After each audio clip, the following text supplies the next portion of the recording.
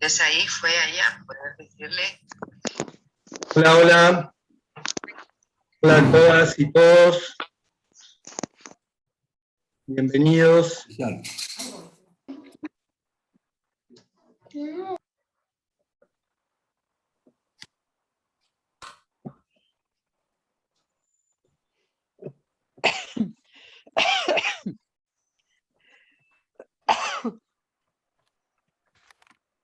Lío, ¿te parece que muteas a todos y después vamos abriendo para la conversación?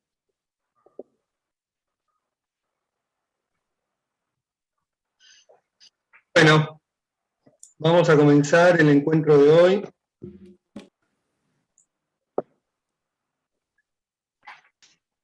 Buenas tardes y buenas noches para algunos que a veces nos acompañan desde otros lugares. Bienvenidos a todos a la tercera noche de conversación del 14º ciclo de cine aplicado al psicoanálisis, esta vez sobre el tema Fraternidad Imposible.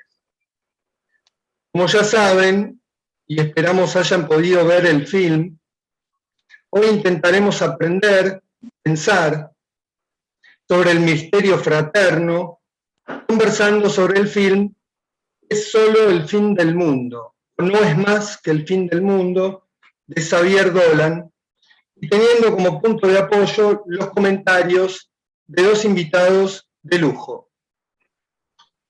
El repaso de las líneas principales de cada noche suelo hacerlo en el último encuentro del año, de cada ciclo.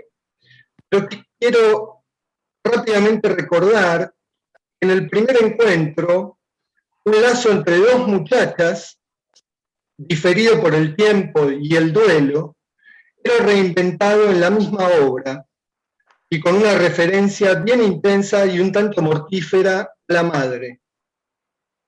Claves como el par, identificación, separación, o cómo leer lo femenino en juego, quedaron en el aire para pasar en la segunda noche a dos hermanos varones, en una road movie cuya transformación impactó en cada uno y en el lazo no muy cercano hasta entonces, gracias al pasaje por una temporada bajo la experiencia de lo otro, tanto del Oriente, en ese caso en Japón, como del monasterio con su maestro Zen.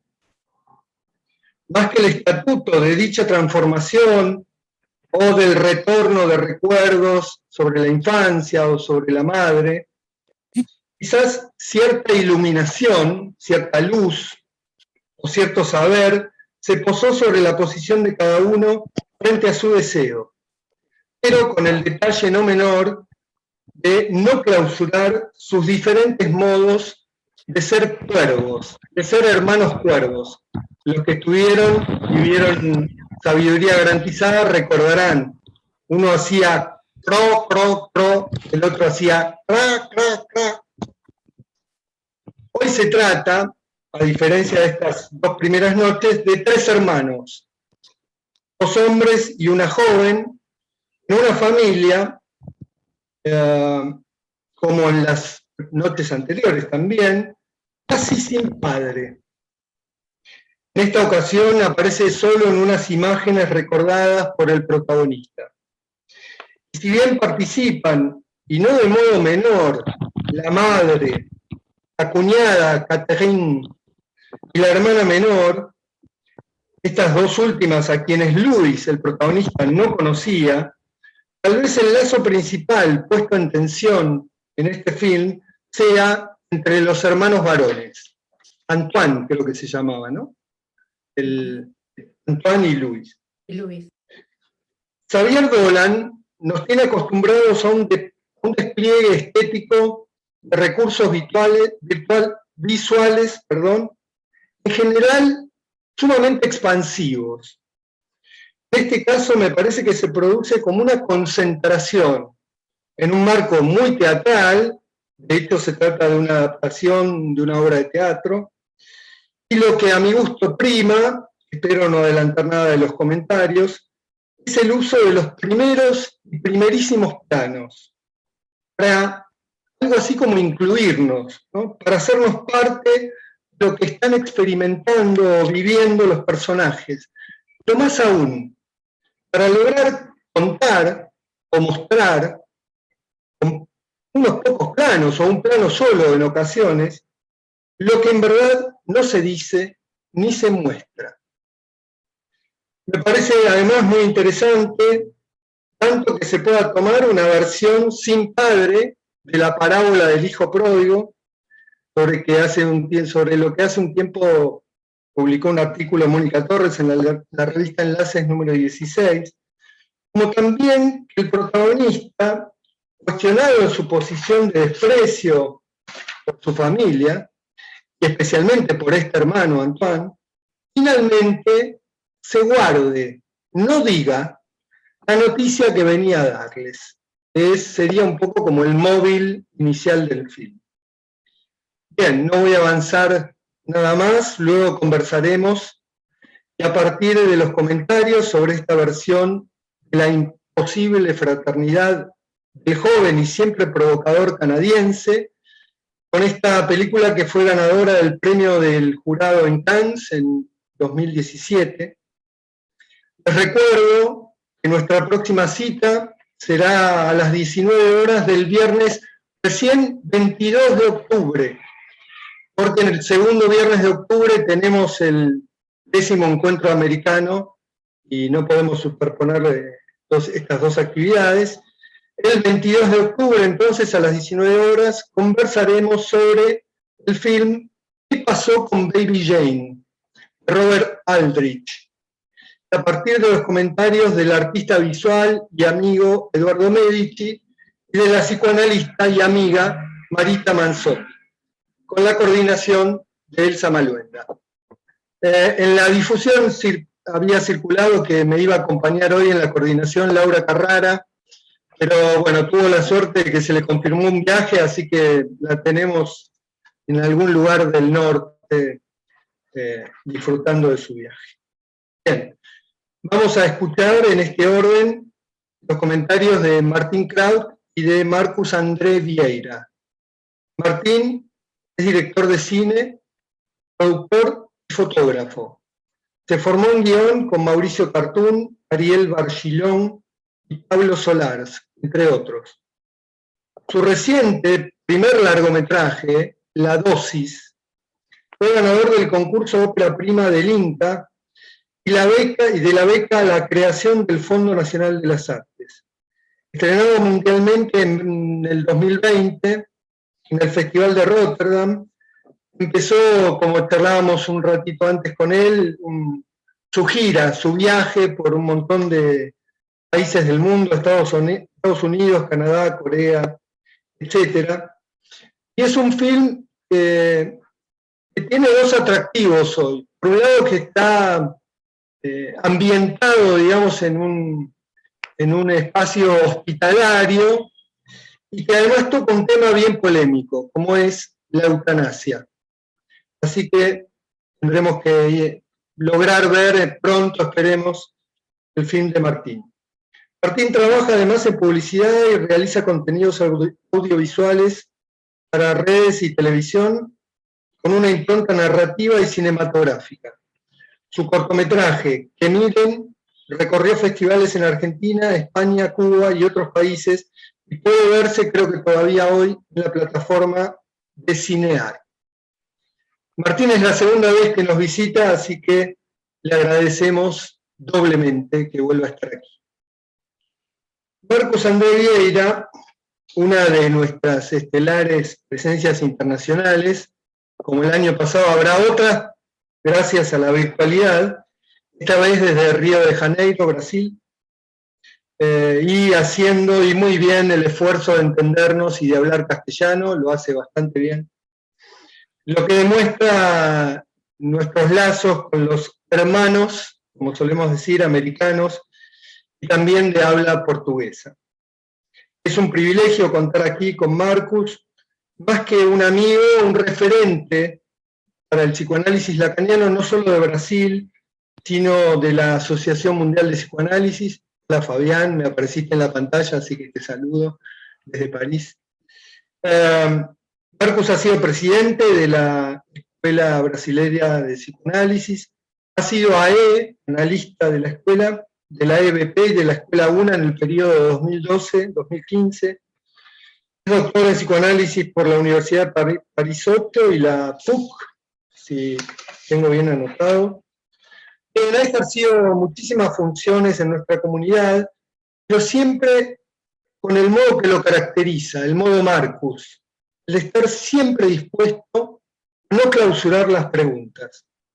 Ha, por ejemplo, organizado y presidido ese maravilloso encuentro del AMP o 10º Congreso en Río de Janeiro sobre el cuerpo hablante y el inconsciente en el siglo XXI.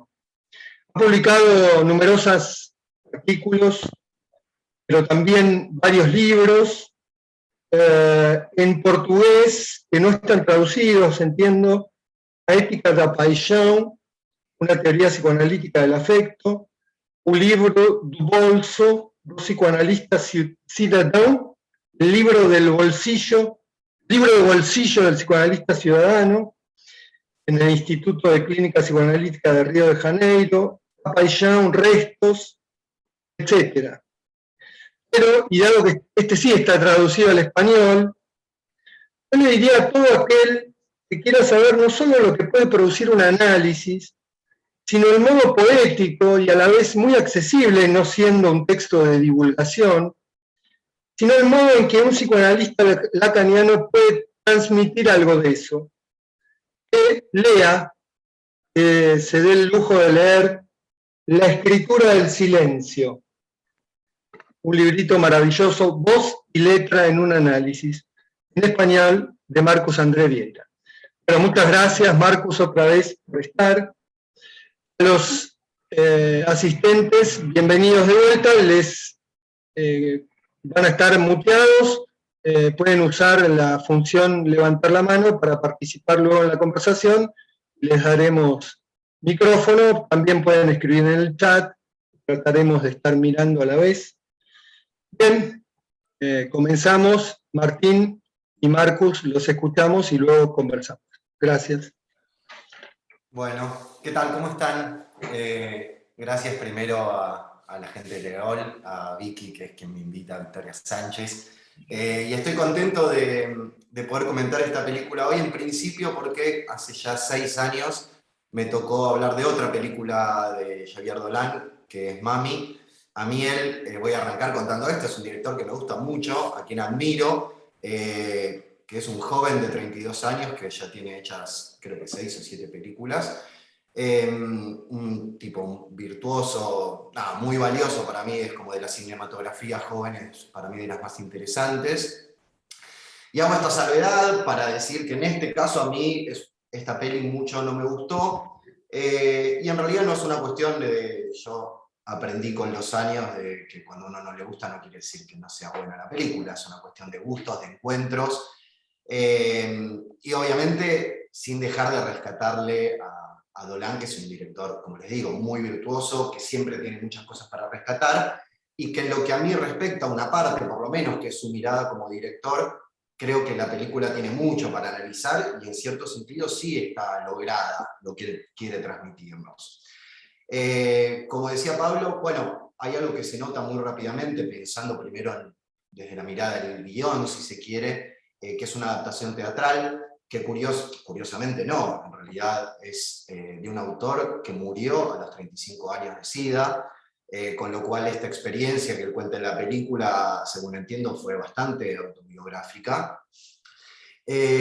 Lo que a mí me parece interesante, sobre todo en ciertos aspectos, es que esta adaptación teatral, con esta cosa tan dramática que a veces tiene el teatro, él siempre tiene una mirada de su cine, de un cine muy sensible, y también de un cine cerebral, porque si bien obviamente los sentimientos y las sensaciones están muy presentes, tenemos estos momentos medio oníricos, los recuerdos, hay una escena que quizás recuerdan entre él y Catherine, donde se miran y pareciera que sean otro mundo, entonces él siempre trabaja con la percepción y eso para mí es muy interesante. A mí esta decisión, que obviamente parte de la obra original, de que alguien va a contarle a su familia que va a morir y que no lo haga, para mí, digamos, de alguna manera lo veo un poco como una trampa.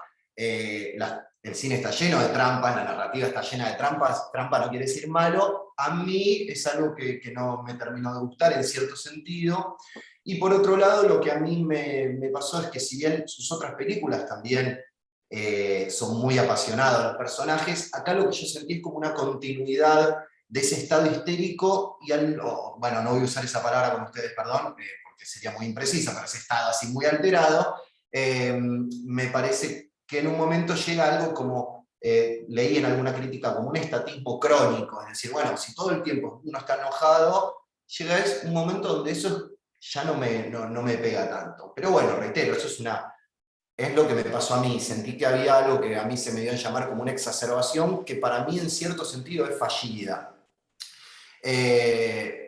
Reitero, esto desde mi mirada, siento que hay muchos momentos que me quieren generar una incomodidad, pero que los actores me están actuando esa incomodidad y no siempre la situación la genera. Dicho esto, también hay un montón de cosas que sí me gustaron, especialmente, curiosamente, el comienzo y el final, que son como dos momentos lúdicos, en el avión, con ese niño que le tapa los ojos y con el que juega. Y me pareció que tenía algo muy interesante, y al final, toda esa situación del pájaro, tomando la idea del cucú, del paso del tiempo, que está también muy presente, no es quizás la metáfora más sutil de Dolan, relacionar el paso del tiempo con un reloj, pero hay una idea del pájaro y del vuelo que me parece muy interesante. Y retomando un poquito esto de esto que yo llamé la trampa, de esa mala noticia que nunca se da, me hago un pequeño paréntesis, voy hablando con mi señora madre que está acá, como corresponde. Ella vio la película y por algún error de cómo la empezó viendo, no escuchó esa voz en off donde él contaba esta situación. Y hablando el otro día con Vicky, yo le decía que yo sentía que la película podría ser para mí igual o mejor, sin saber eso. Es decir, el tipo vuelve a ver a su familia y se encuentra con todo esto. Yo en lo personal, reitero, todo esto es una opinión, quizás no necesito esa noticia, me alcanza con lo que pasa. Pero bueno, son cosas que yo también comento con el interés de generar también el debate, el ida y vuelta. Vale la aclaración, a mi mamá le encantó la película y está muy bien también. Creo que hay, y también aprovechando mi mirada de cine, que hay películas que son familiares de esta, por ejemplo, Los Streams, hay directores como Cassavetes que para mí abarcaron situaciones y mundos parecidos, pero para mí, respecto a esta película, más acertadamente. Incluso creo que el mismo Javier Dolan tiene mundos muy similares en otras películas, que en cierto sentido para mí funcionan mejor. De todos modos, como les digo, para mí es increíble cómo está dirigida la película, cómo él genera lo que busca generarnos, esa incomodidad, esa asfixia, y por lo menos desde mi lugar me tocan aportarles un análisis que tenga que ver con eso, desde lo visual concretamente, desde la puesta en escena. Y voy a compartirles un par de escenas de la peli, pero para dejar de fondo, como para ir graficando, no porque sea algo que yo les voy a comentar concretamente con esto. Vamos a probar primero. A ver si le doy play, ahí están viendo. Bien, veo a Pablo que me dice que sí. Esto lo dejo de fondo, esta es la escena cuando él llega. Y para empezar a pensar cómo la puesta en escena nos va mostrando distintas cosas. Primero, fíjense cómo cada personaje tiene un plano para él o para ella.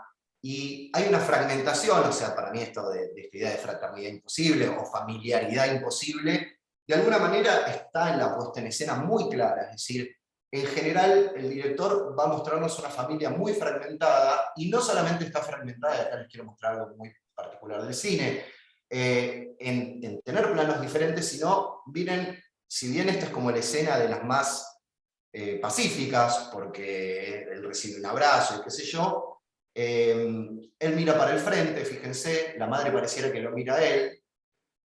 Ella, Catherine, mira para nuestra derecha, y su otra hermana su hermana mira para la izquierda. Es decir, ya en el planteo, él nos está mostrando algo que está cruzado y que es muy poco orgánico.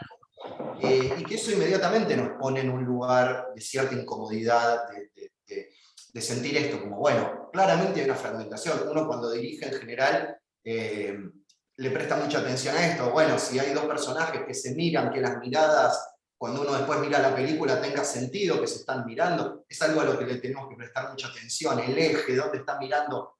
Acá él lo rompe o lo perturba, digamos, deliberadamente.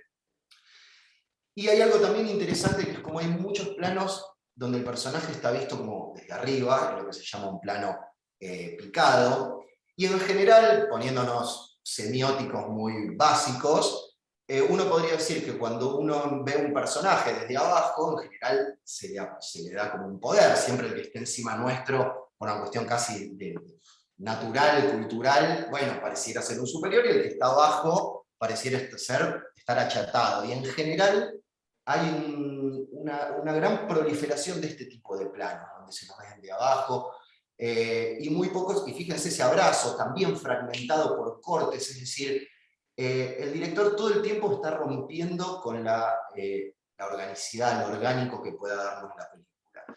Y es muy interesante esto, porque en general los que hacemos cine, y en general los que ven cine también, los cinéfilos, saben que nada en una película es casual, nada sucedió porque, uy, me quedaron mirando para lados diferentes. Esto está totalmente buscado por el director.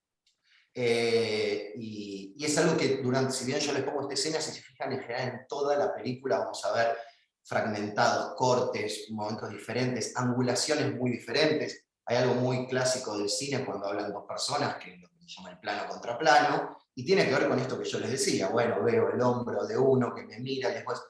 Y él en general no, él de golpe a uno de los personajes lo va a ver de frente y al otro lo va a ver totalmente de perfil. Y todo eso genera un poco esto que les digo, incomodidad, la sensación de estar viendo algo fragmentado. Después hay una cuestión de los actores, bueno, ahí es cuando aparece su hermano, esa es su primera imagen.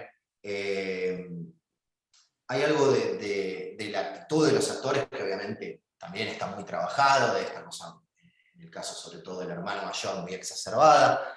A mí lo de Marion Cotillard fingiendo esa incomodidad, en lo personal no lo siento tan logrado. En cambio, su hermana menor me gusta mucho cómo trabaja. Del personaje principal yo siento que quizás le faltó también en algún momento una reacción, es decir, bueno, si no dice nada, bueno, putealos, hacer algo. Pero bueno, estas son decisiones de guión que obviamente a uno le exceden a mi propio análisis, digamos. Desde el punto de vista de la dirección, bueno, una cuestión más, pues yo tengo acá mis anotaciones. Fíjense en general lo que en cine llamamos poca profundidad de campo, es decir, hay poco foco. Si ustedes se fijan, vemos el personaje en foco y el fondo está fuera de foco. Y eso en general lo que también nos genera como un recorte, es decir, ningún personaje está integrado con su entorno. Es algo obviamente que también es estético, pero también acá cumple una función de esto, de asfixia, de generar una cosa opresiva y sobre todo de generar también aislamiento. Y hay otra cuestión, también trabaja mucho en la intimidad que nos genera, ¿no? Porque hay algo que sentimos toda la película, que es que estamos metidos en el medio del quilombo de la familia, lo que probablemente casi todos acá están más o menos acostumbrados a hacer, de estar muy cercanos a vivir los conflictos, las conflictividades familiares, ya sean terapias de grupos o individuales, digo, pero vivir esta sensación muy de cerca, y creo que eso es algo que él logra muy bien y que es muy interesante. Y en este camino, y sobre todo hablando de la cuestión de la fraternidad, quiero saltar a una escena un poquito después, que es la primera vez que nos muestra a los dos hermanos que juntos, y que cómo él utiliza otro recurso, en este caso, fíjense, también para generarnos la misma sensación. Ahora no los va a fragmentar en dos planos diferentes. En general, también hago una aclaración, para los actores siempre es mucho más cómodo poder trabajar en planos largos, de mucha duración, donde pueden desarrollar, y no que uno les esté cortando todo el tiempo. Si se fijan, la escena del auto que viene después, es una escena de muchos minutos, y obviamente para situaciones tan dramáticas, ni hablar de origen teatral, ayuda mucho. No digo que sea por eso la decisión, pero acá él decide juntarlo. Sin embargo, fíjense cómo lo junta. Uno mira para la izquierda, el otro mira para la derecha, uno está en foco, el otro está fuera de foco, uno está cerca, el otro está en otro plano. Entonces, esas son las maneras que tiene un buen director, porque reitero, para mí Dolan es un fenómeno y está muy logrado lo que busca, para trabajar esta sensación de distancia que hay entre ellos, de partición, ¿no? El foco va de uno a otro, pero nunca están los dos juntos. Ahí está un poco esta fraternidad imposible. Y enganchando con esto, que la última cuestión que quiero desarrollar un poquito, tiene que ver con el uso del color. Si se fijan en esta escena, y en general casi toda la película, salvo excepciones, que lo vamos a ver, tiene tonos muy azules, ¿no? Azulado. Hay en general, se viran los colores hacia los tonos fríos. Bueno, acá empieza la escena del auto. Fíjense también cómo, no sé, piensen en una publicidad de café a la mañana, que es todo cálido, a la playa, y una publicidad de Halls, que es todo frío. Bueno, esto estaría en ese camino, en lo frío, y obviamente es algo que apoya esta sensación de la palidez, de lo frío, que uno podría interpretar como la muerte, y hay una desaturación de los colores, ¿no? Los colores también están apagados, no son brillantes, fíjense ese verde, todo es pálido, todo es desaturado. Y sin embargo, y esto hago una aclaración, esto es una película que tiene pocos años, y sin embargo fue filmada en 35 milímetros, es decir, es cine auténtico, digamos, no porque el otro no sea auténtico, digo cine en el sentido del material, celuloide, digamos. Sin embargo, cuando tiene recuerdos, hay varios flashbacks, y acá vamos a ir a uno, él toma otra decisión, ¿no? Digamos, bueno, acá volvemos un poco a lo mismo, fíjense toda esta escena donde él tiene estos recuerdos, y no solamente que la película, digamos, uno en general vira a un tono cuando en postproducción lleva todo un color, pero además hay una decisión de arte, el colchón es celeste, en general la ropa es azul, hay algo donde hay muchas escenas donde están todos muy de azul o alguna otra cosa, y la hermana, que quizás es la que quiere ahora salir de ese mundo, está en de amarillo, que salta mucho con el contraste con el azul, pero fíjense, ahora vamos a ir a ver qué pasa con los flashbacks, que son momentos que, a diferencia de esto que les puedo mostrar, fíjense, ¿no? Azul, frío, también lo mismo, situaciones muy, muy pálidas.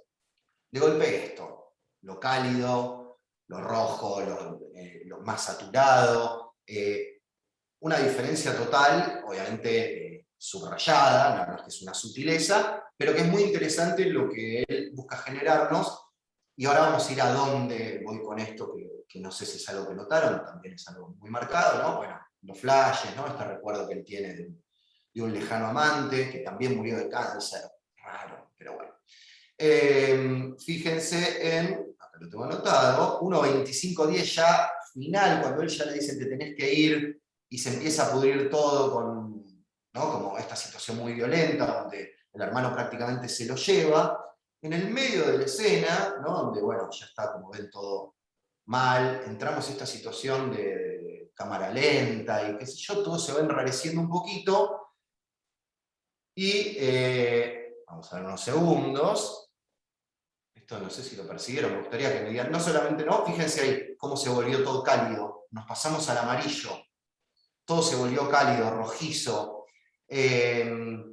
¿no? Todo, y así va a quedar hasta que él se vaya, ¿no? En esa tonalidad de recuerdo, digamos, lo que para mí abre, no sé si al debate, pero a las opiniones es, ¿qué pasó acá? Es decir, él ya está como si fuera en el resto de su vida y esto es un recuerdo. El cambio es cuando por última vez a él le preguntan qué vino a decir y él decide no decirlo, y pasamos este viraje y esta ida final tan violenta y tan dramática. Que reitero, yo no tengo acá una interpretación clara, y en general a mí me gusta que las cosas del cine tampoco sean tan ni dogmáticas ni tan claras, pero es muy interesante lo que él hace acá. Dice, bueno, ¿qué pasó acá? Esto ya, reitero, es un recuerdo, ya pasó, digamos, él suelta algo acá y pareciera que la familia ya entra como en un pasado. Bueno, estas son algunas de las cosas que me parece que son interesantes para trabajar, más allá de, como les digo, yo siento que todo esto que él genera quizás no llega a tan buen puerto como en otras películas. Por suerte es alguien que nos deja mucho para analizar, para pensar, así que ya, bueno, es algo que quieran conversar, algo así, voy cediendo mi parte, y bueno, espero que les haya gustado igual mi aporte a esta cuestión, más allá de si les gustó la película. Voy a dejar de compartir. Gracias, Martín. Seguramente te sumarás en la conversación. Marcus. Sí, bueno, ¿Me escuchan? Creo que sí. Bueno, eh, primeramente para decirles cómo estoy contento de estar aquí. Hay muchas razones de estar contento porque los amigos, la invitación del amigo querido, el trabajo que ustedes hacen, poder estar con vosotros también así, que sea. Si no podemos cenar después, podemos nos encontrar así. Eh, poder ver una película porque sabía que iba a compartirla con ustedes, poder escuchar Martín y poder intentar hablar algo que tiene que ver con nuestra práctica, si posible. Pero también simplemente estar aquí como diletante, no sé si se dice así, como alguien que ama las películas en tiempos que, por lo menos en Brasil, no se ve más, por lo menos en nuestro tiempo, una sala de cine es algo casi en extinción y todo eso. Bueno, agradezco mucho, mucho, mucho, Pablo, poder estar aquí, para, a todos vosotros, pero especialmente a Pablo, en las palabras, todas, y las palabras todas que dijiste. Bueno, eh, gracias. También, Martín, muchas gracias porque es así, creo que otros también tuvieron esta experiencia, toda una experiencia que la vivimos en parte porque no trabajamos con esto más inconscientemente, con lo que trae Martin, dos detalles, tres o cuatro, pero nos hace lo que él está en su, digamos, plan principal de escena de la conciencia para nosotros no es exactamente así. Así que dos o tres detalles hacen un cambio de posición. Y creo que es eso, de eso que quiero hablar, pero voy a desarrollarlo un poquito. Cómo los detalles pueden hacer que las cosas cambien un poquito. En esta película no cambian mucho, no cambian para nada tal vez, pero es el punto que me interesó.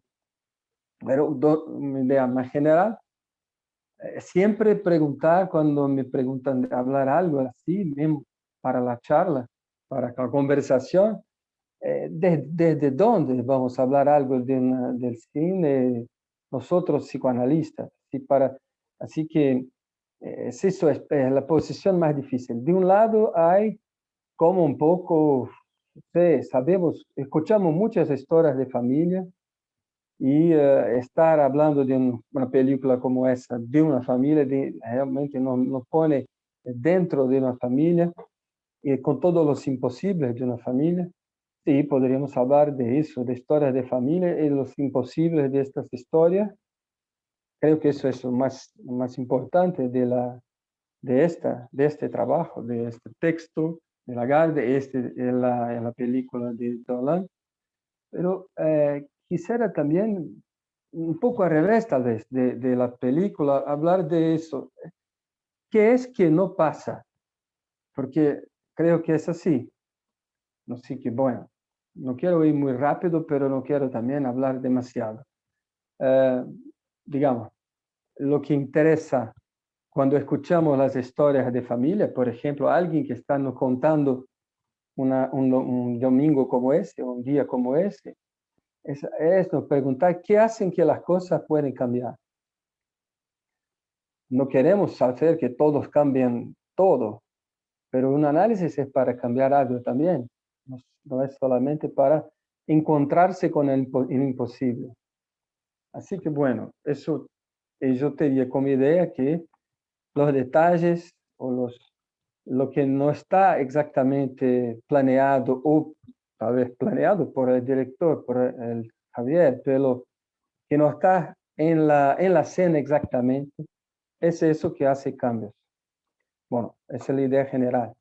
Ahora un poquito de la película. Sí, me encantó la película. Entiendo, estoy muy de acuerdo también, Martín, con la idea que algo que es un estudio, no sé, en ese, un trabajo de virtuoso, como dijiste, y que como si voy a hacer todo lo necesario sin dejar restos de lo que es la experiencia de una imposibilidad, por ejemplo, de comunicación.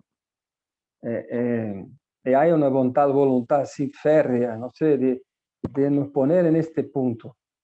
en este sentido es un poco angustioso, pero para mí me encantó, es eso, exactamente eso, como un ejercicio sin tregua de estarnos todo el tiempo en este malestar de nada pasa.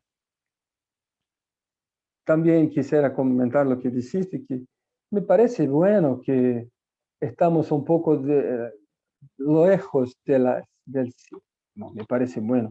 Me parece interesante para eso que es imposible del encuentro. Es un poco como así, entiendo la película. Es imposible, nosotros decimos imposible de relación sexual, imposible de estarmos en la fraternidad.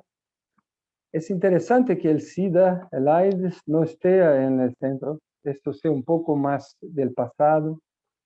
Y mismo que se podría hacer a la película sin la idea que él va a morir. Tenía algo a decir que no hay cómo encajarlo.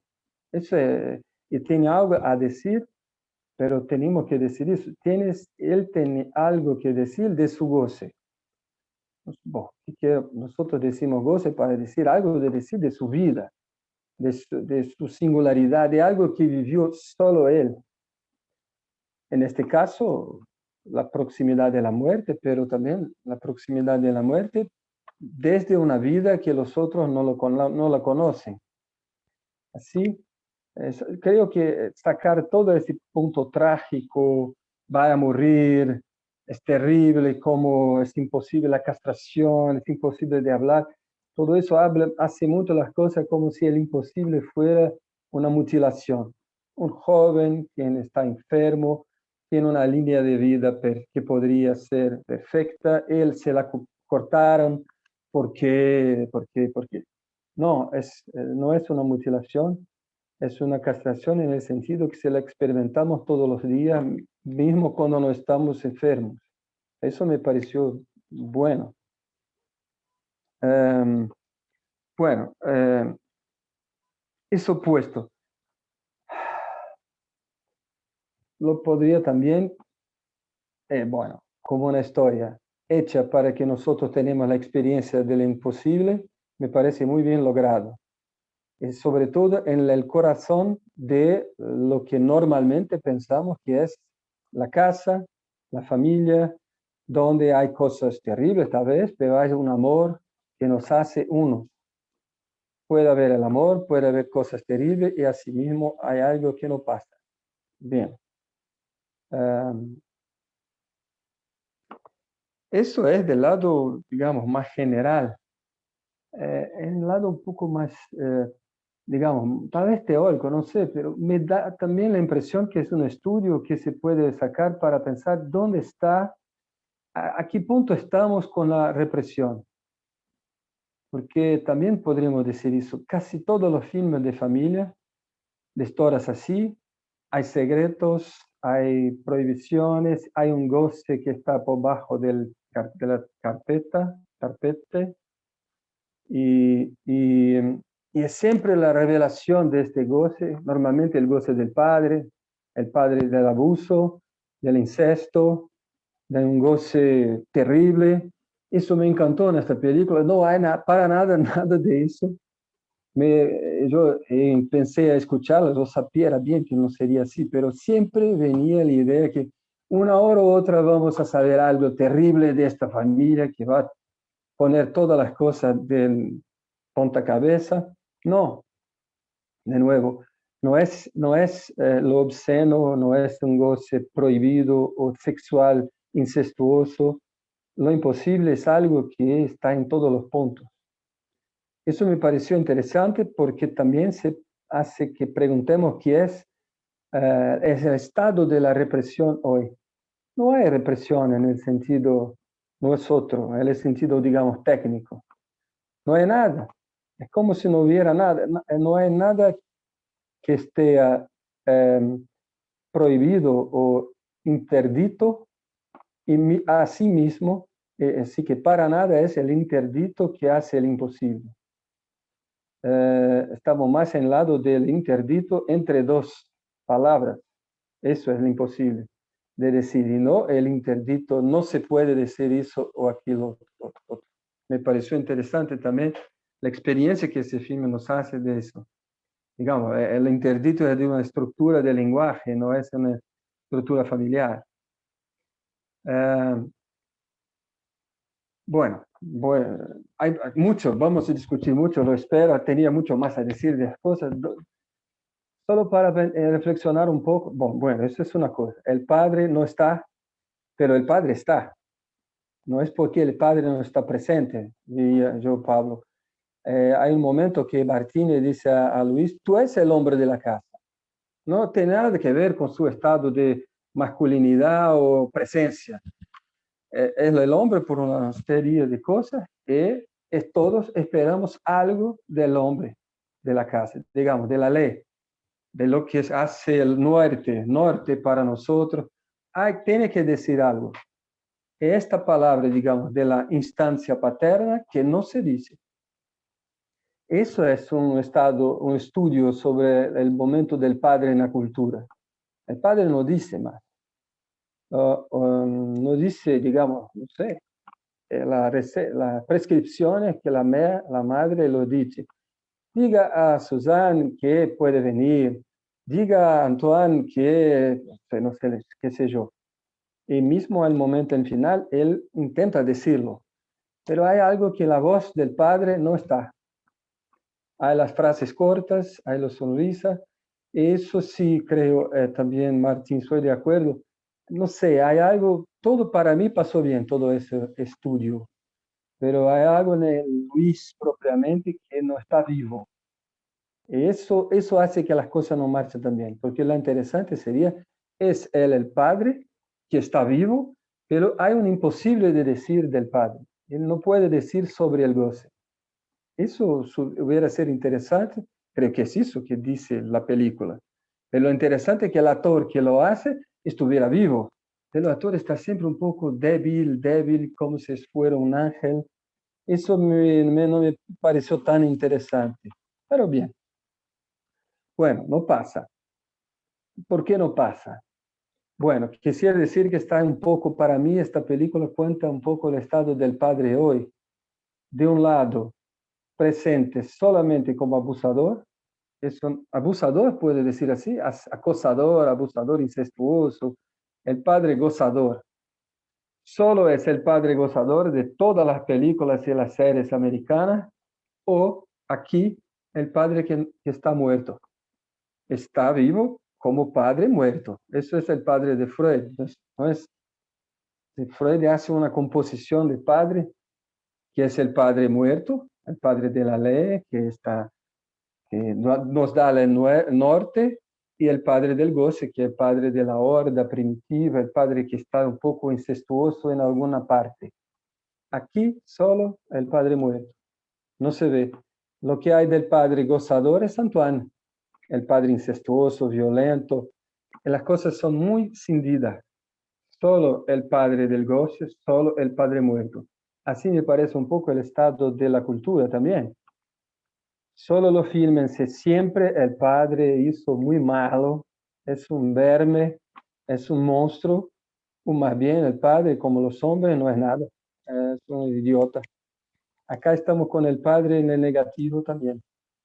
Bueno, para concluir, ¿cómo hacer cambiar algo? Nada se puede cambiar cuando el goce no se hace presente, pero el goce está presente en Antoine, está presente en todos los padres que abusan, está presente en todos los fascistas, como en Brasil, todo esto está presente, pero no está como nosotros decimos, como el objeto resto. No está como algo que cae de las cosas y que puede ir un poco para el bajo del tapete, de la carpeta.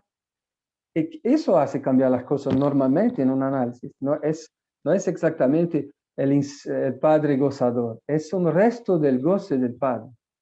Es la chica que no sabe bien si aquí en aquel día, si el padre estaba con el pene erecto o no, no sabe bien si, no sé, si lo tío hizo aquí lo otro. Es así que un objeto fragmentario del goce. El objeto fragmentario de goce no lo encuentro en la película casi. Lo encuentro, por ejemplo, cuando vas al Debará y ve el matelas, el colchón, el lecho, donde casi podemos sentir el olor del sexo de los dos hombres. Eso es una presencia de goce fragmentaria, como al modo del objeto A. Pero queda para nada, y después Pierre, su amigo, su novio, murió. Pequeños fragmentos de goce así me parecen preciosos para pensar lo que cambian las cosas, y así que tal vez algo de eso se pueda me divertir ver de nuevo para encontrar pequeños objetos como eso.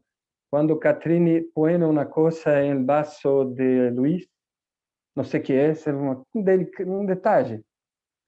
El objeto que está en el final, en el último plan, pequeños objetos así, el reloj cuco, como digo Martín, es un poco evidente, pero hay algo del pájaro, pequeños puntos así que son los puntos que cambian las cosas, están todos en esta película, están todos en suspensos.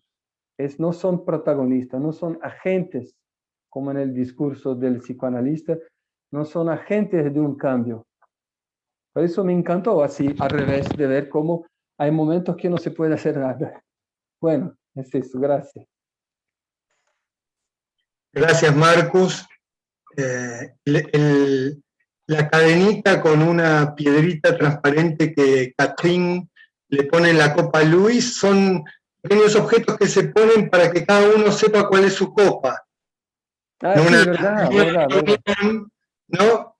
Creo que es eso, pero igual la película no lo explica. Aparece ese plano detalle y... Pero no este pequeño objeto, encerra todo el goce del encuentro de los dos, y los planos longos también, con el tiempo parado. Me encantó eso. Están desde afuera del tiempo. Se siente algo entre los dos que el pequeño objeto es un condensador de goce. Sí. Hay una especie de estasis del tiempo en la película, aunque la película dure poco tiempo, desde el mediodía hasta la tarde, ese tiempo es muy moroso, muy denso, ¿no? Muy difícil de atravesar para los espectadores también. Bueno, abrimos la conversación, no sé si hay alguien que ya quiera hacer algún comentario. Creo que entre los colores de Martín y los objetos A de Marcus tenemos para conversar. A mí me había gustado, Martín, que Luis, está la lectura que hace Marcus, pero a mí me gustó que Luis retire, digamos, en la película hay mucho que no se dice, que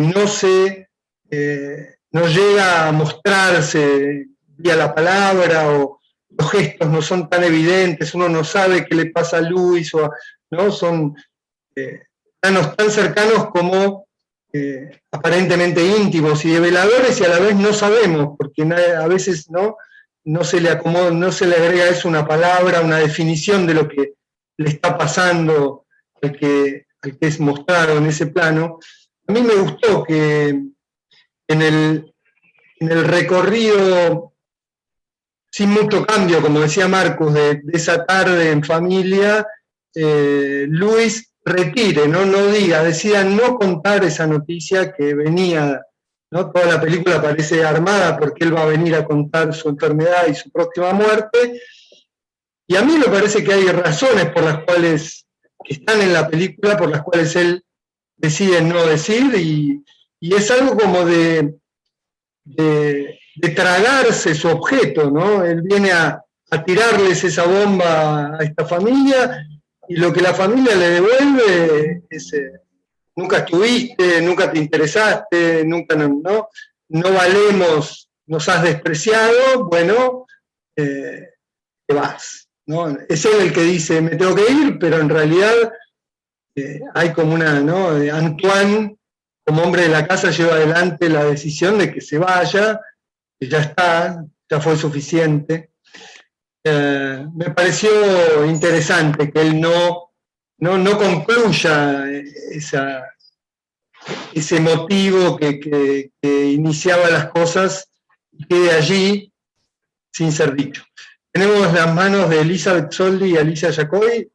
Lío, las vas desmuteando. A ver, Elizabeth, probá. Ahí está. Sí, ahí se escucha. Sí. Sí, hola. Bueno, Hola, gracias por la película, por las presentaciones, y solo quería compartir un pequeño detalle que ocurre en los primeros minutos de la película. Cuando el personaje llega, que se toma un taxi, que después está la conversación con la hermana, que le dice, ¿por qué gastaste tanto dinero? Yo te iba a buscar. Hay un cartel sobre la ruta en francés que dice necesidad de hablar. Está ahí, es besoin de parler.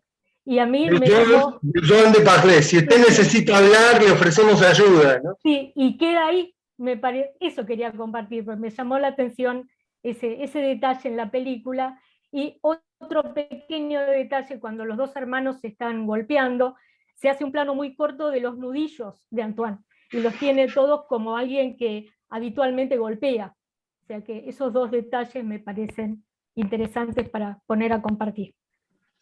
Gracias, Elizabeth. Son dos detalles muy importantes. En ese traveling donde aparece ese cartel de oferta de escucha, en la calle además, todo ese comienzo está acompañado por una canción de Camille, una artista francesa, y esa canción es muy interesante. Dice, home, el hogar, no es un puerto. Home es donde duele. ¿No? La resumo mucho. Él se dirige al hogar familiar y esa canción dice: el hogar no es un remanso, no es un puerto, es allí donde está la herida, el dolor. Alicia Yacoy, bienvenida. También los nudillos de Antoine. Vamos a volver quizás sobre eso. Alicia. Bueno, hola. Muchas gracias a Marcos y a Martín por los comentarios. ¿Qué tal, Marcos? ¿Cómo estás? Yo encuentro una lógica de por qué no dice Luis. En este caso, también agregando un detalle referido a la madre. La madre en una primera instancia parece como poco tonta, ¿no? Muy como pendiente de la imagen, de las uñas, pero en verdad no lo recibe. Y luego no es ninguna tonta cuando quiere decir lo que quiere decir, que es invita a tu hermano, invita a tu hermana, y él, a mi juicio, es un hijo que la madre deja caer. O sea, si la madre hubiera querido saber por qué vino y qué vino a decir, lo hubiera conseguido. En verdad,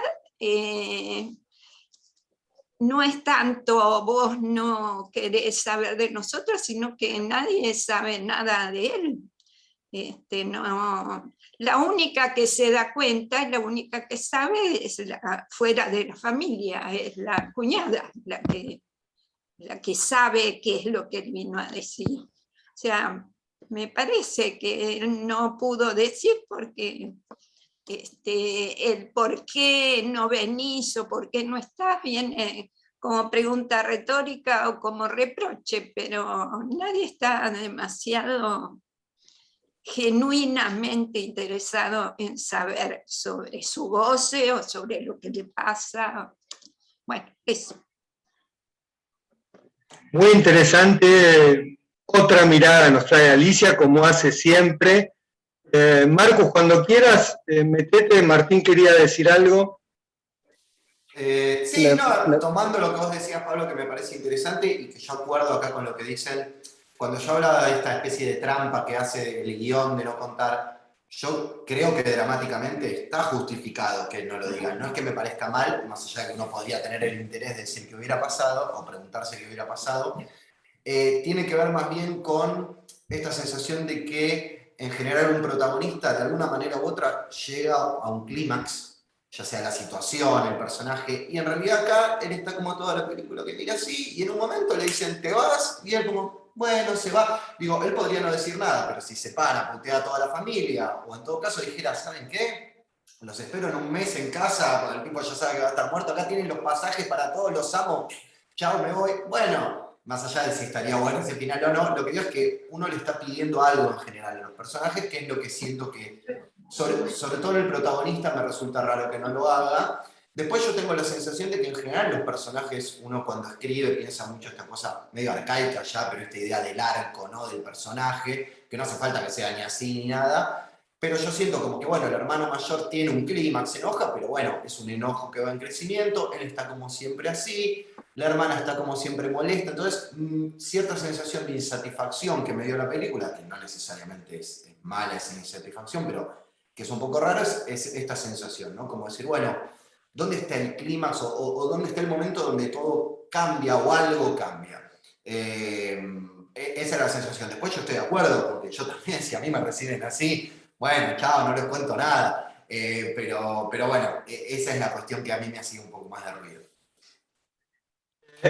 Ahora a Leonor y Gabriela les damos la palabra. Marcos, ¿quería decir algo? Ahora. Sí. Sí, porque de una cierta manera es una familia muy tradicional, muy patriarcal, como se dice hoy. Las mujeres son la madre, que es la loca o la que sabe, como dice Alicia, es la que punta precisamente al lugar del padre. La hija, la que no sabe lo que hace, o la triste. Las mujeres son así, un poco fuera de todo, y todo se pasa entre lo que el padre va a decir o no. Por eso hablé más del padre. Pero al mismo tiempo es tradicional en este sentido, que la estructura es la estructura patriarcal, del nombre del padre. Al mismo tiempo no pasa, las cosas no marchan más como antes. Por eso es también muy contemporáneo. Es por eso que quisiera decir eso. La idea de tragar la píldora, porque lo que decía Martín, es como una caja que se abre y cuando algo va a pasar, el protagonista dice, no, vamos a cerrar la caja. Nada pasa. Bueno, se podría decir así, eso como hizo Pablo, hace cambiar las cosas un poco. Es que el protagonista se dice, bueno, mi design, yo lo como yo mí mismo. Eso puede ser una idea también, interesante. Leonor. Ahí va. Sí. Hola, buenas tardes. Hola Martín, hola Marcus. Debo decir que la película me costó muchísimo. Es dura de ver. Me da la impresión de que una escena absolutamente fascinante al comienzo, cuando él recién llega, es ese encuentro con la cuñada, ¿no?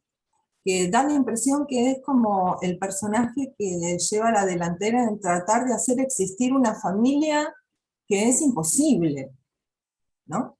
Es como si ella, Marión, no recuerdo el nombre, supiera que una familia se sostiene de un decir compartido que anuda a los miembros, ¿no?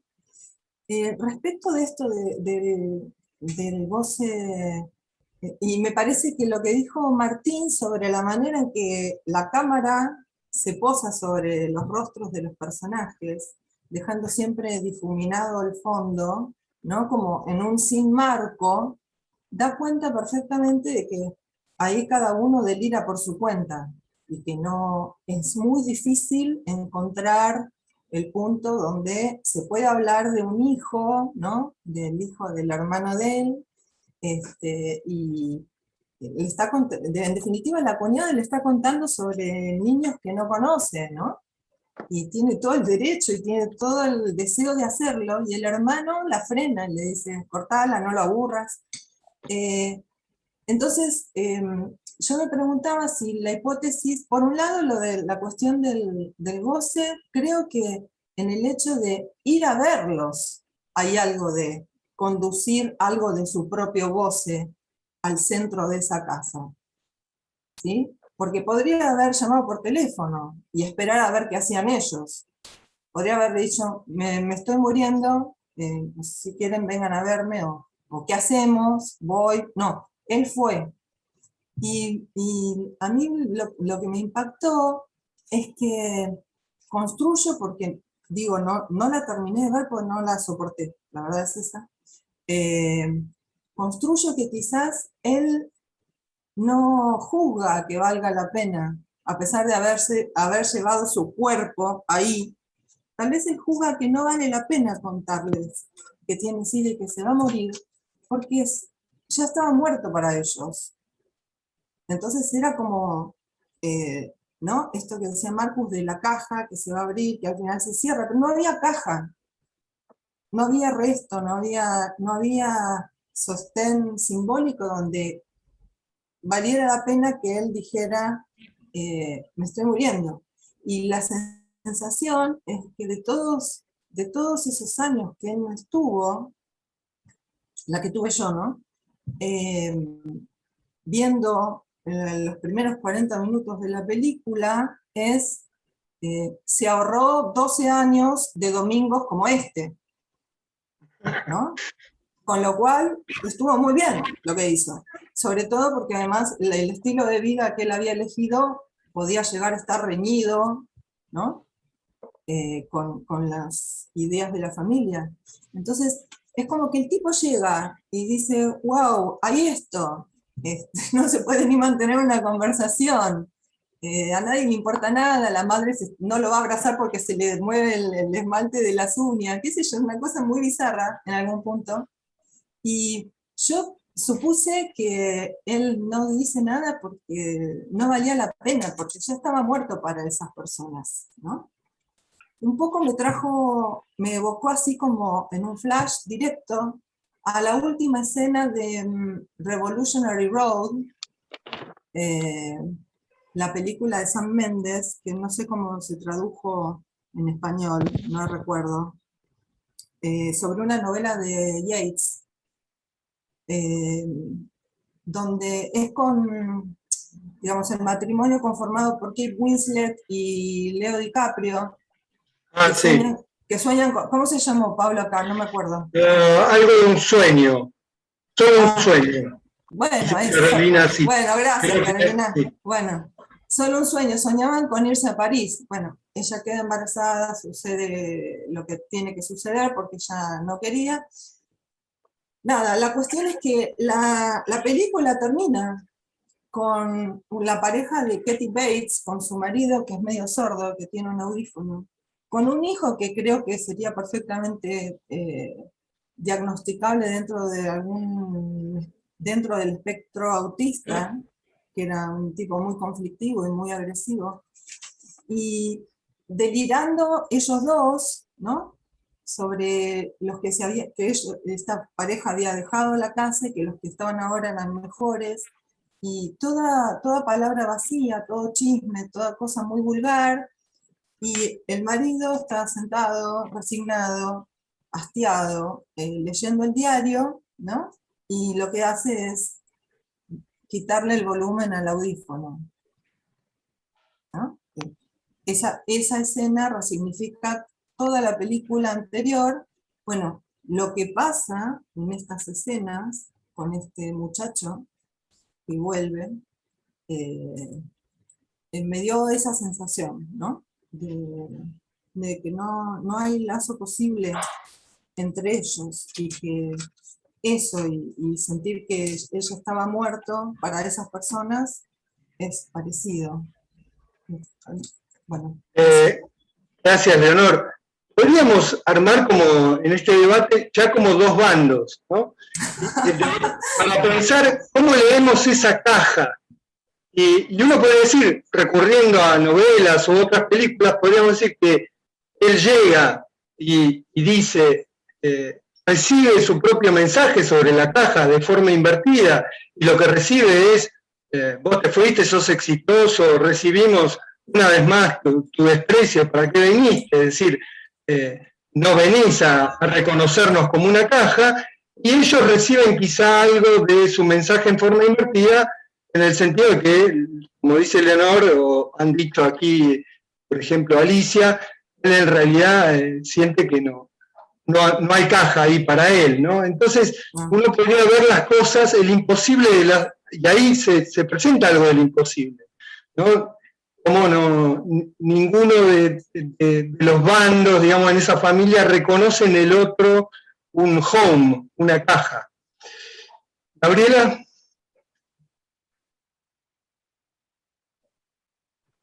Ahí, Gaby. A ver. Ahí va. Ahí va. Hola, ¿qué tal? Hola, Gaby. Buenas noches a todos. Bueno, muchas gracias por los comentarios de Marcus y Martín, me encantaron ambos, así que muy agradecida. Yo quería hacer 2 comentarios y una pregunta a Marcus, una cosita muy chiquita respecto de lo que decía Pablo al final. El final a mí me resultó absolutamente desolador porque él queda solo. No es que él se va, se van todos y lo dejan. O sea, es abandonado desde el inicio de la película y queda él con el pájaro ese que se está reventando contra la pared. Es impresionante.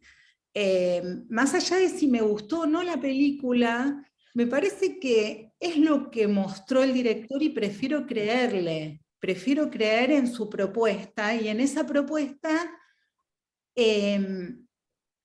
a mí me da la impresión de que muestra una familia del lado más terrible, ¿no? Si bien es verdad, como decía Marcus, no hay nada del abuso que uno espera, pero nos mantiene todo el tiempo en una tensión y muestra ese lado tan oscuro que me parece que tiene toda familia, pero acá muy expuesto, que es una tensión agresiva constante.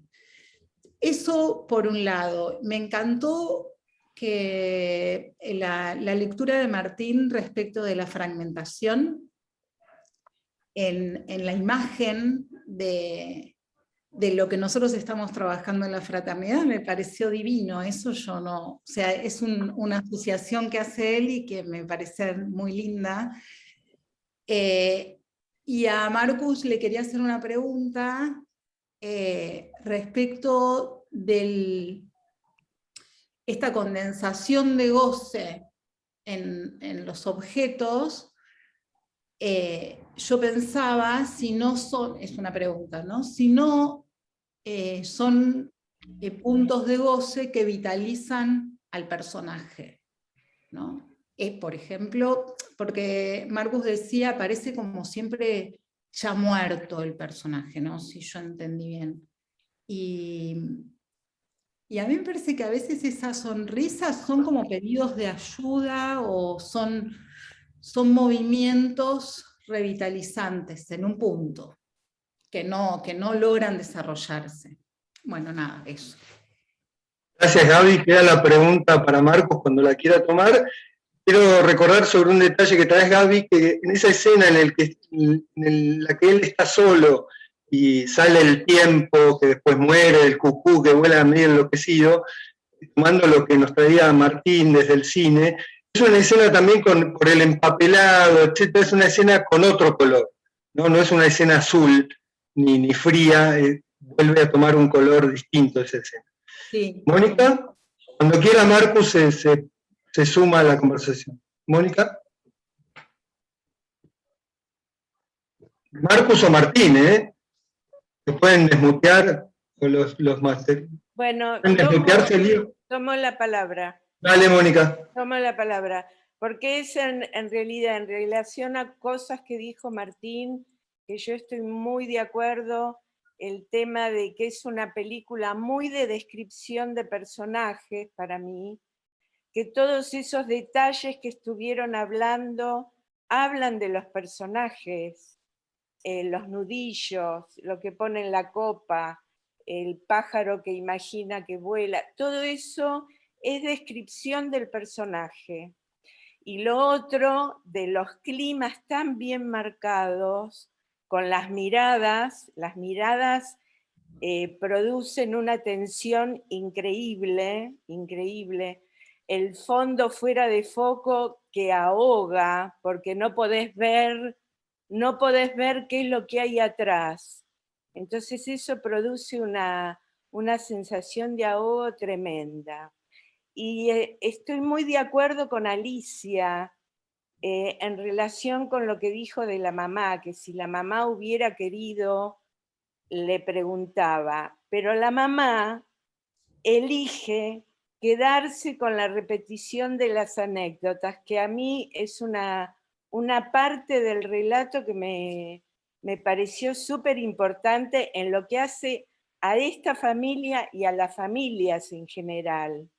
Se juntan y se vuelven a contar siempre las mismas historias, pero no quiero saber nada de las cosas feas que te están pasando. Me acuerdo cuando eran chiquitos, me acuerdo cuando éramos felices, me acuerdo, y siempre se repiten las anécdotas, y la mamá en definitiva no quiere saber que el hijo se está muriendo, está muy enfermo, lo que sea. Yo ahí coincido plenamente que ella es la que marca ahí que acá no se habla de la enfermedad del hijo.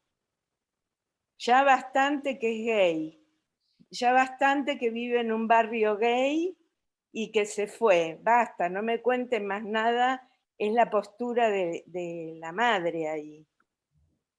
Y lo del azul, en relación con el tema de los colores, lo que resalta de los azules son los colores de las pieles.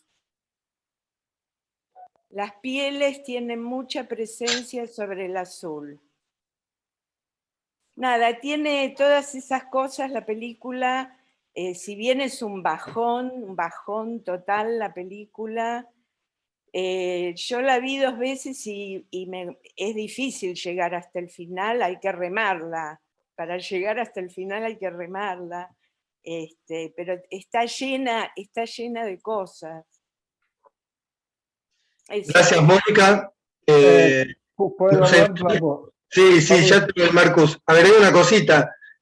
Mónica toma algo que ya tomó Martín, y es que nos enseña algo sobre el cine, cómo el cine puede contar cuestiones que pueden enseñar el psicoanálisis sobre la familia, la fraternidad como imposible, etcétera, de un modo cromático. Un tratamiento cromático del relato. Y Dolan creo que es un especialista en ese tipo de detalles. Dale, Marcus, y después seguimos con las intervenciones. Me ocurrió pensar que tal vez si nosotros tuviéramos la pieza de teatro y la película, con el texto se podría pensar un poco como Mónica, como Alicia, que es, hay un no querer saber, y la madre encarna el no querer saber, y por eso estamos en una repetición eterna del mismo domingo. Es la madre del Día de las Madres. Eso es una familia tradicional que no quiere saber, por ejemplo, del goce prohibido del padre o del goce prohibido del hijo. Si ella no quiere saber del hijo gay, no quiere saber lo que hace, y quiere solo que él vuelva todos los domingos, y al final fue así, ella dice, la próxima vez estaremos mejores, así, de acuerdo. Pero también la película es hecha de una manera tal que la fragmentación, eso que decían, es tan tamaña, el juego con los colores, el o nada que pasa, que no hay el goce que no se quiere saber. Él está en todos los lugares, en ningún lugar. Por eso es tan malo de ir hasta el final. No pasa nada, es la violencia todo el tiempo, y no hay un objeto que pueda condensar el problema. Así, todo parece un poco fake, al mismo tiempo todo es muy intenso. Es difícil. En este sentido que yo digo la dificultad para un analista de trabajar sin objeto A, porque creo que habla un poco de los tiempos actuales. Todo es fragmentado todo el tiempo, todo se hace como un ritual un poco fake y al mismo tiempo mucha violencia. Es porque los objetos condensadores tal vez no funcionan tan bien más, están todos a la venta. Entonces es eso. Interesante lo que traes, Marcus, y me parece que la película también podríamos debatir con opuestos. La película, por un lado está esto, que muestra algo de esto, que el goce está por todas partes y entonces no está en ninguno, y cuenta algo quizá de la época con eso, según tu lectura, Marcos, que me parece muy interesante, pero a la vez logra con esos planos, con algunos detalles, con esa intimidad asfixiante en la que nos pone, señalar todo el tiempo que el goce está ahí, ¿no? También, ¿no? Es decir, como las dos cosas a la vez, lo cual sería muy logrado. Lili Ábola, bienvenida. ¿Se puede desmutear, Lilia? Y después hay alguien que queremos que diga su nombre porque tenemos el celular. No dice el nombre, no veo todavía bien. Dale, Lili.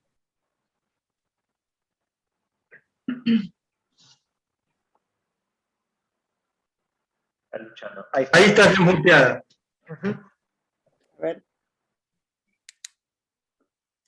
No me deja. Sí, Sí, te estamos escuchando. Ahí estoy. Sí, una de las cosas que me llamaba la atención, ¿Estoy desmuteada ya o no? Sí. A ver. Te escuchamos, no te vemos, pero te escuchamos. Bueno, pero no se me ve ahora. Una de las cosas que me llamaba mucho la atención era lo que le decía la hermana: vos no nos escribís cartas, nos escribís postales.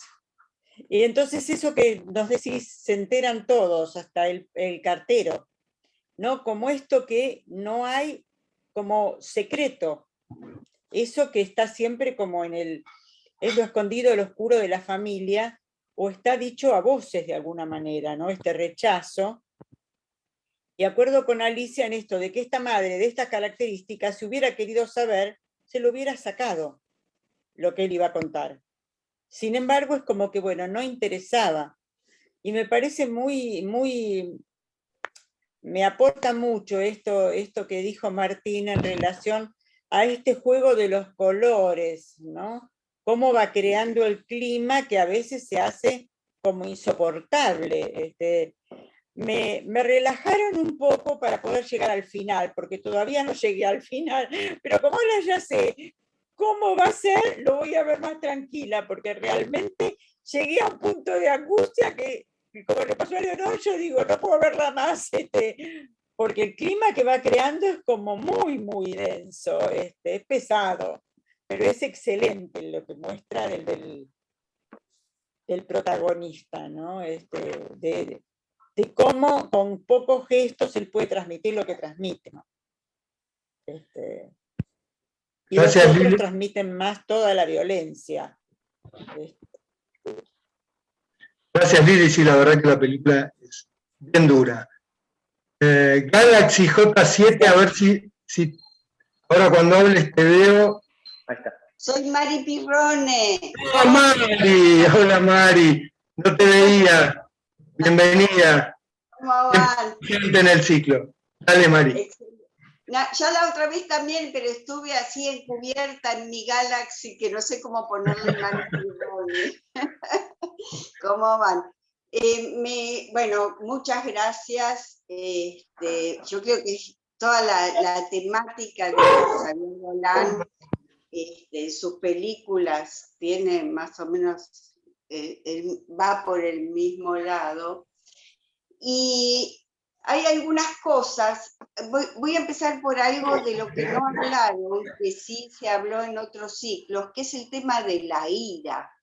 Porque la ira en el hermano es un detalle abrumador, es como que marca hay un timing con los accesos de ira del hermano que es importantísimo y creo que es lo disruptivo ahí, ¿no?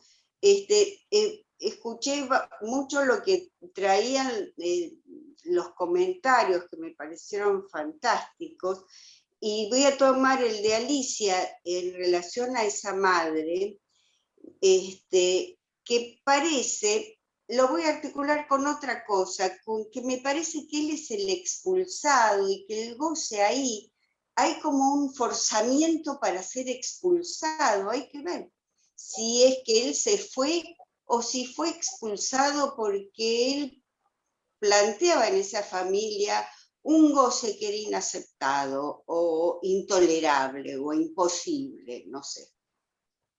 ¿No? Eso por un lado. Y por el otro lado, la tramitación que hace la madre en relación a la ira del hermano. Hay dos escenas donde la madre se lo lleva fuera de la escena al hermano para calmarlo o para hacerlo reflexionar o para tratar de mitigar ese goce en exceso, porque creo que ese exceso aparece desde el lado del hermano como ya como caricatura casi, ¿no? Acuerdo mucho con esto de que ahí es como si no hubiera nom du père, ¿no? Ahí ese hermano loco, como que muestra ese goce que es incontrolable y que debe ser excluido, ¿no? Y cuando todo se desbanda, bueno, alguien tiene que ser excluido como para, y me parece que le tocaba a ese Luis, ¿no? Me encantó las observaciones que hicieron en torno a las tonalidades, gracias. Bueno, eso, y saludos a todos. Gracias, Mari. La idea sería... Mari Pirrón es de versión Galaxy J7 es Mari Pirrón. Gracias, Mari. La idea sería si el goce está localizado o está excluido. Y ahí podríamos leer también la película. Vicky, luego Carolina Dañino, Martín y Marcos cuando quieran. Digo una cosa, quisiera recordar que la madre es exactamente la parte de la institución familiar que no quiere saber. Ella sabe mucho, pero oficialmente no quiere saber. Es por eso que siempre que las hijas van a se quejar de la madre que sufrieron cosas de los primos o de no sé qué, no sé, la madre no quiere saber. Eso es el de la estructura. La cuestión para mí es más que esta madre, todo el mundo sabe lo que pasa, pero no hay el objeto de la angustia. Hay la angustia, pero no se sabe dónde está el objeto. Es eso. Gracias, Marcos. Vicky. Bueno, no, quería agregar algunas cosas, bueno, agradecer todos los comentarios y un poco tomando a partir de las distintas cosas que se fueron diciendo, quería hacer algunas observaciones. Pero antes comentar algo que dice la mamá, que todavía no se comentó, cuando él le dice que él no es el sustituto paterno, no están conversando, que no le dice mamá, le dice Martín, o sea, la llama por su nombre. Y ella le dice, bueno, sabes que no es una cuestión de edades, el hombre de la casa no lo hace la edad, sino las cosas lindas que se tienen, ¿no? Entonces dice, el prestigio, el salario, la suerte, la belleza, ¿quién es el escritor? Y le pregunta ella a él, ¿no? Y después de todo este diálogo, ella al final le termina diciendo, no te entiendo, pero te quiero y eso nadie podrá quitármelo, pero con enojo, con cierto resentimiento, cierra esa frase diciéndole, podés usarlo para una de tus obras, ¿no? A mí me parece que ese diálogo tiene un montón de cosas para trabajar, pero pensaba, a partir de esto, relacionarlo con el enojo del hermano en relación a esto que, digamos, queremos trabajar, que tiene que ver con la cuestión de la fraternidad. Si algo de este enojo del hermano no tiene que ver con que esta madre pone a este hijo menor, a pesar de que se fue, en un lugar, o intenta ponerlo en un lugar, de hermano mayor, ¿no? Y en ese sentido me hizo acordar un poco hasta que lo mencionábamos quizás al comienzo del ciclo con la metáfora, la parábola del hijo pródigo que vuelve. Bueno, pero acá no hay un padre que lo reciba.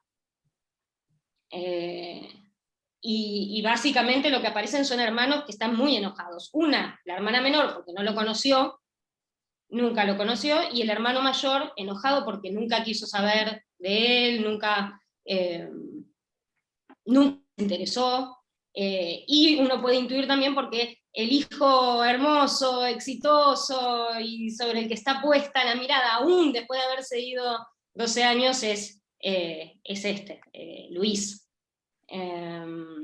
Y bueno, y por último, nada, buenísimo ver cómo, bueno, gracias a la mirada de Martín, podemos ver cómo a través de estos distintos recursos, el tratamiento de los colores, de lo cromático, los planos, es posible decir sin decir acerca del goce y de la imposibilidad. Algo que se sostiene hasta el final de la película y que un poco Leonor Curtis decía, ¿no? Este hijo ya estaba muerto, ¿no? Está un poco muerto durante toda la película, y la relación entre los personajes está rota, y eso no se recompone. Por más que cambie el color, en la última escena lo que no cambia es la fragmentación. Eso sigue igual, entonces uno podría decir, bueno, el color tendrá que ver con que ya esa casa se convirtió en un recuerdo, y entonces, bueno, él se va, y ya está, digamos, pero efectivamente no termina de pasar nada. Pero digo esto de que decía Leonor del hijo muerto, porque en la parábola del hijo pródigo aparece la cuestión diciendo, creía que estaba muerto, entonces por eso lo recibimos, porque en realidad está vivo. Bueno, este vuelve, pero no vuelve vivo. Bueno, nada, estas cositas nada más quería comentar. Muy interesante, gracias Vicky. Carolina, podemos volver sobre lo del hijo pródigo, hay para conversar ahí. ¿Qué tal? Bueno, buenísima la actividad, muchas gracias. Yo quería arrimar unas citas del seminario 19, porque lo estuve leyendo para un trabajo en relación al próximo NAPOL, y la verdad que ahí Lacan dice cosas interesantísimas y que sobre todo permiten salir un poco de la persona del padre e ir hacia la función del padre, que casualmente no tiene que ver con una persona, ¿no? Y más bien con el objeto A. Me encantó todo lo que dijo Marcus del objeto. Y bueno, hay una parte en la que Lacan habla del pater familia. Dice, es muy breve, ¿no? No se preocupen. Dice, se interrogó mucho la función del pater familias, habría que centrar mejor lo que podemos exigir a la función del padre. Con esa historia de la carencia paterna, cómo se regodean, dice Lacan, ¿no? Muy, muy irónico y muy ácido, como siempre. Dice, hay una crisis, es un hecho, eso no es totalmente falso. En síntesis, el e-pater o el e-paté ya no impacta, ¿no? Porque hace un juego de palabras, porque en francés suena como patear también el e-pater. Dice, esa es la única función verdaderamente decisiva del padre. Ya señalé que no era el Edipo, que estaba liquidado, que si el padre es un legislador, el niño resultante es el presidente Schroeder, nada más. En cualquier plano, el padre es el que debe impactar a la familia, pero quiero subrayar yo que es la función del padre, ¿no? Y dice, no es obligatorio que sea el padre carnal, Lacan lo aclara, dice, siempre algo impactará a la familia, que todos ya saben que es una manada de esclavos, ¿no? Habrá otros que la impacten, como diciendo, si el padre no funciona, el pater familia del patriarcado y la institución esa opresiva, bueno, cada uno buscará por su lado su propio arreglo. Me parece muy interesante, no sé qué opinan, pero me parecía una cita que aportaba, y después a mí me sorprendió mucho en la última parte del seminario, la última clase en la que él se está despidiendo, se refiere directamente al hermano, porque se ve que estaban siempre, ¿no?, en Francia con liberté, fraternité, égalité, y Lacan con su ironía, bueno, critica eso, dice, el término hermano está en todas las paredes, libertad, igualdad, fraternidad, pero les pregunto, ¿en qué punto de cultura donde estamos? ¿De quién somos hermanos? ¿El patrón es hermano del proletario? ¿No les parece que la palabra hermano es justamente aquella a la cual el discurso analítico da su presencia?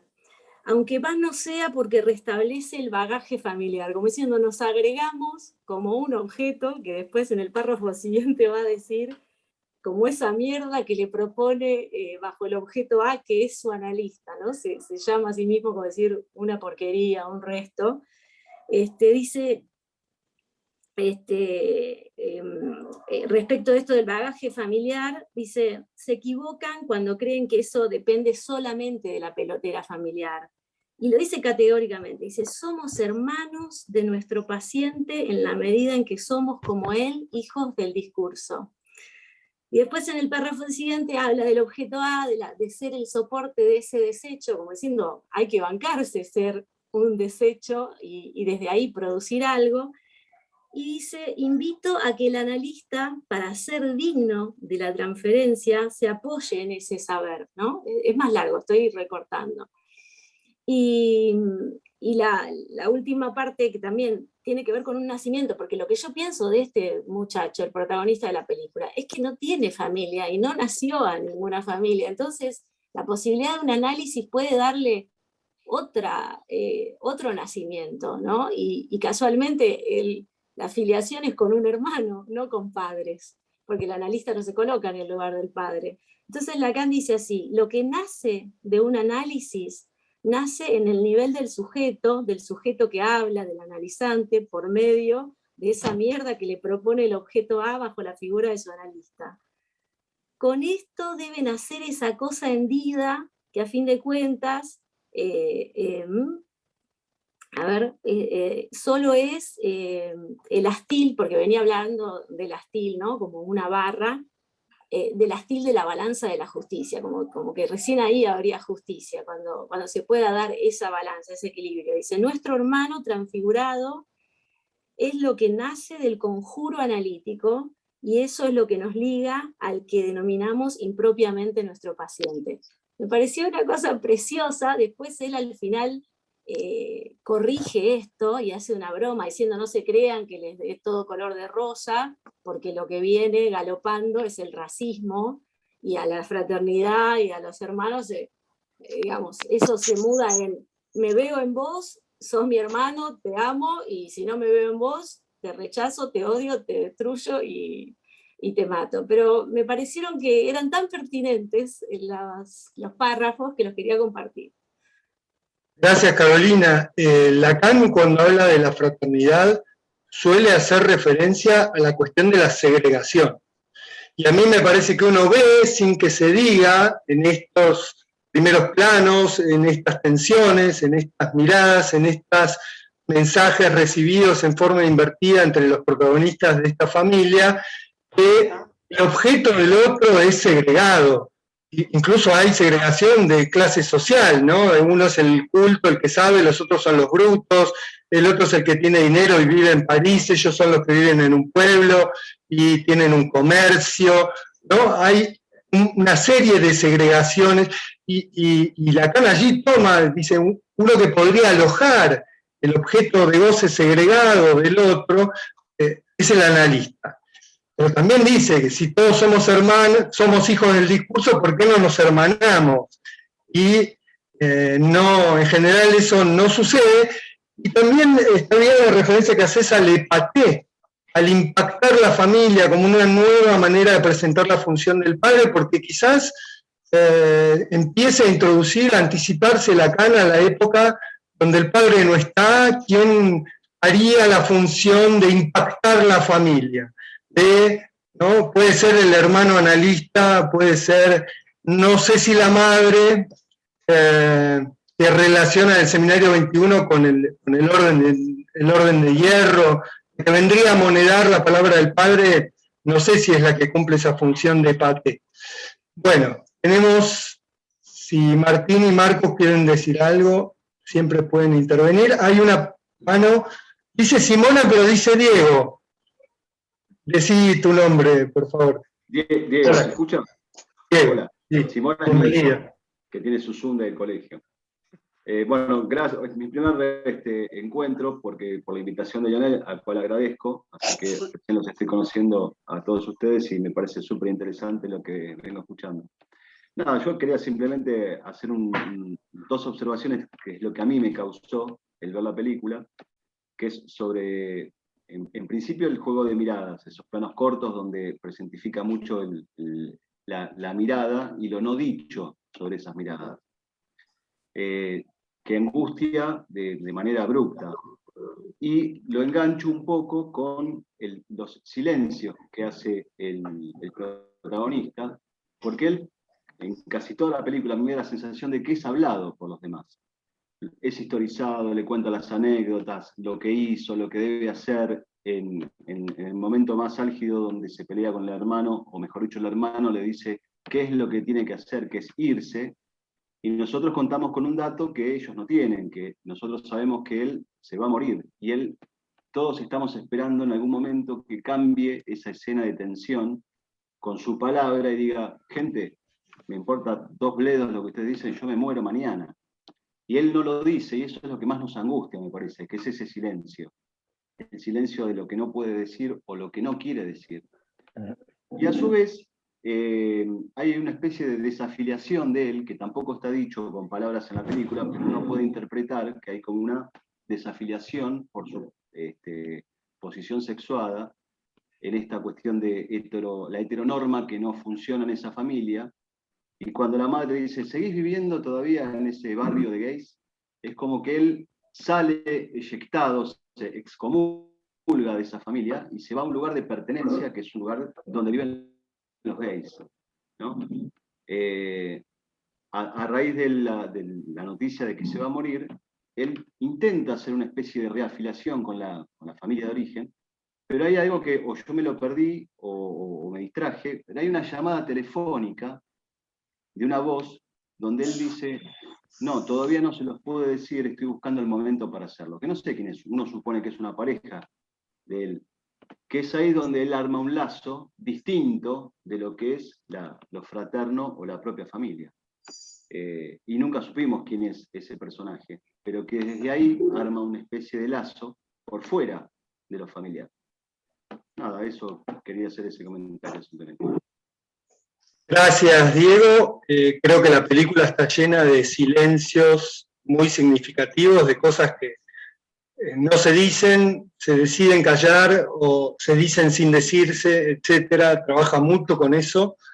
Leonor Curti en el chat hace una relación con el mandamiento cristiano, tomado tanto por Freud como por Lacan, de amarás al prójimo como a ti mismo, en tanto imposible, y que se pone en juego entre los hermanos. Estoy muy de acuerdo.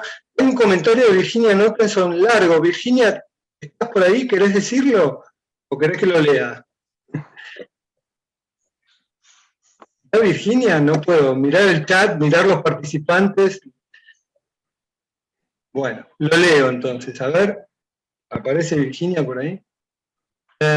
Dice Virginia, me pude sumar un poco tarde, me pareció muy buena la película, con una oscilación permanente que recuerda al Apólogo de los prisioneros, del texto del 13 y el acerto de certidumbre anticipada de Lacan, un escrito de Lacan. Aunque ningún personaje en este caso tiene salida.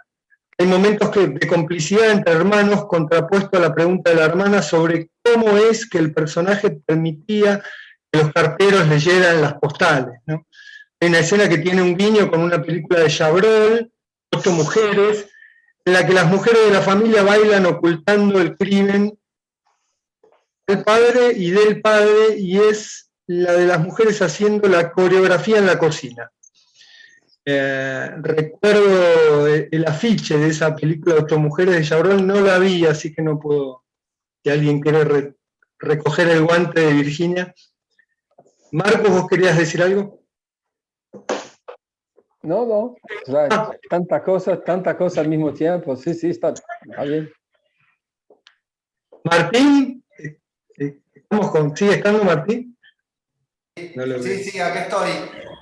No, desde mi lugar es muy interesante, obviamente, cuando se abre el debate, todas las ideas que van saliendo, todas las percepciones.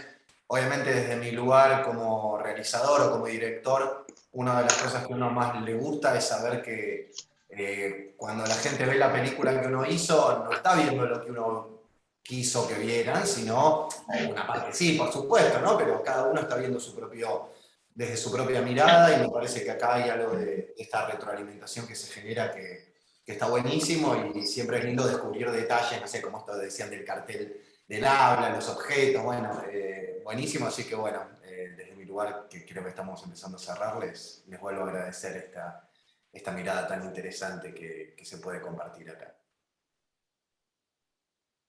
Marcos, ¿querés agregar algo? O sea, nuevamente agradecer. Y también, no sé si contesté bien a Gabriela, te lo contesto después, no es problema, pero muy bien, me interesó mucho poder notar tantas cosas al mismo tiempo, y sobre todo subrayar la idea del apólogo, que nadie sale. Es interesante, la idea de Virginia. Nosotros tenemos que, sin poder ver virtualmente el disco del otro en la espalda, tenemos que salir. Habrá muchas otras cosas para decir. Seguiremos tratando de decir algo sobre lo imposible o el misterio de lo fraterno. El 22 de octubre vamos a conversar sobre el film ¿Qué pasó con Baby Jane? Van a estar Eduardo Medici, artista visual, y la psicoanalista Marita Manzotti. Gracias Martín, gracias Marcos, gracias a todos los que estuvieron, a los comentarios. Seguimos conversando el 22 de octubre, se pueden desmutear para saludar y nos despedimos. Gracias, hasta la próxima. Diego, ¿lo pudiste desmutear? No. ¿Sí? Muchas gracias, muy enriquecedor. Gracias. Gracias. Gracias. Gracias. Chao, hasta la próxima. Chao. Hermoso. Hasta luego. Chao, chao. Chao, saluda Mati. Qué lindo. Precioso. Chao. Muy lindo. Chao. Chao. Lindo, chao. Chao. Muy guapo.